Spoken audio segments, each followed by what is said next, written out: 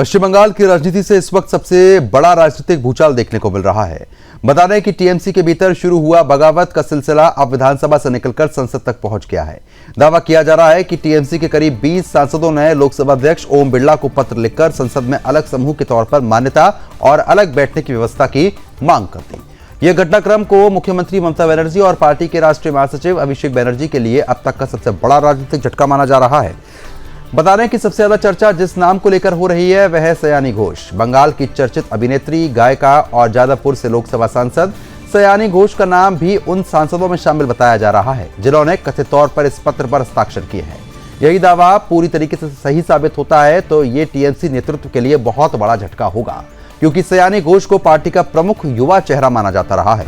सयानी घोष का राजनीतिक सफर हमेशा सुर्खियों में रहा है। बंगाल विधानसभा चुनाव के दौरान उनके एक गीत को लेकर विवाद खड़ा हुआ था।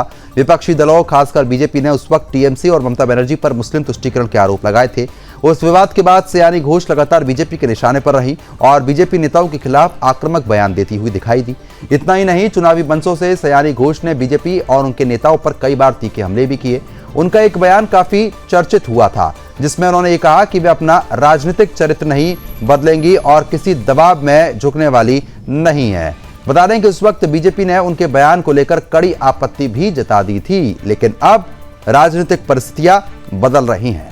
बता दें कि टीएमसी के भीतर बढ़ती नाराजगी और नेतृत्व को लेकर उठ रहे सवालों के बीच बागी सांसदों का यह कदम बंगाल की राजनीति की दिशा साफ तौर पर बदल सकता है।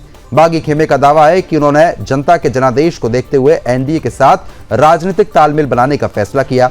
टीएमसी नेतृत्व इन दावों को चुनौती दे रहा है तो वहीं बागी सांसदों की संख्या पर सवाल भी उठ रहा है। सूत्रों के मुताबिक इस पूरे घटनाक्रम की अगुवाई टीएमसी सांसद काकोली घोष कर रही हैं। उनका यह भी दावा है कि 20 सांसदों ने लोकसभा अध्यक्ष को पत्र भेजकर एनडीए को समर्थन देने की इच्छा जता दी है और संसद में अलग ब्लॉक के रूप में बैठने की मांग तक कर दी है। हालांकि टीएमसी नेतृत्व का कहना है कि पार्टी एकजुट है और बागी नेताओं के दावे वास्तविक से साफ तौर पर दूरी बनाकर रखते हैं। राजनीतिक विश्लेषकों का यह मानना है कि यदि टीएमसी के भीतर यह टूट औपचारिक रूप लेती है तो इसका असर सिर्फ पश्चिम बंगाल तक सीमित नहीं रहेगा बल्कि राष्ट्रीय राजनीति पर दिखेगा ही दिखेगा। संसद में विपक्षी एकजुटता, इंडिया गठबंधन की रणनीति और बंगाल में बीजेपी की राजनीतिक संभावनाओं पर इसका असर पड़ रहा है। फिलहाल सबसे बड़ा सवाल यही है कि क्या ये केवल असंतोष की आवाज है या फिर टीएमसी में किसी बड़े विभाजन की शुरुआत है।